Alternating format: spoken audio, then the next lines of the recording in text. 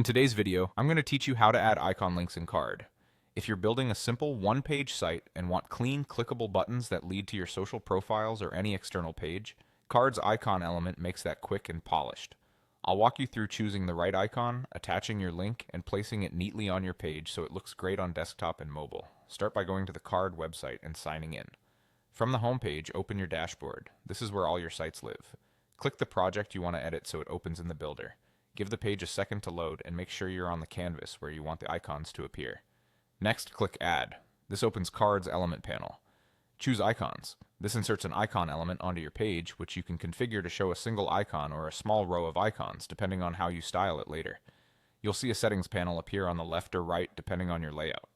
In the icon settings, click the Type dropdown. This is where you pick the actual icon style.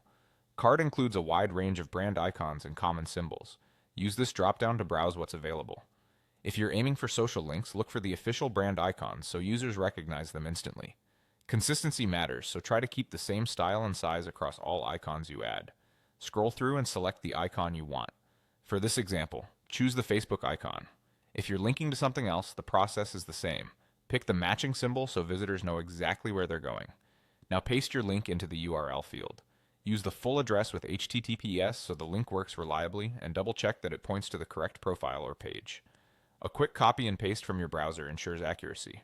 If you're preparing multiple icons, it helps to gather your links in advance to save time and avoid typos. When you're happy with the icon and the URL, click Done. You'll see the icon on your canvas, ready to be positioned. Drag it to the spot you want and align it with your design. If you plan to add more icons, repeat the same process so they match in size, spacing, and style. After placing them, preview your site to confirm the icons look balanced and the links behave as expected on both desktop and mobile. And that's it. You've added an icon link in Card, attached the correct URL, and placed it cleanly on your page. Save your changes, and you're good to go.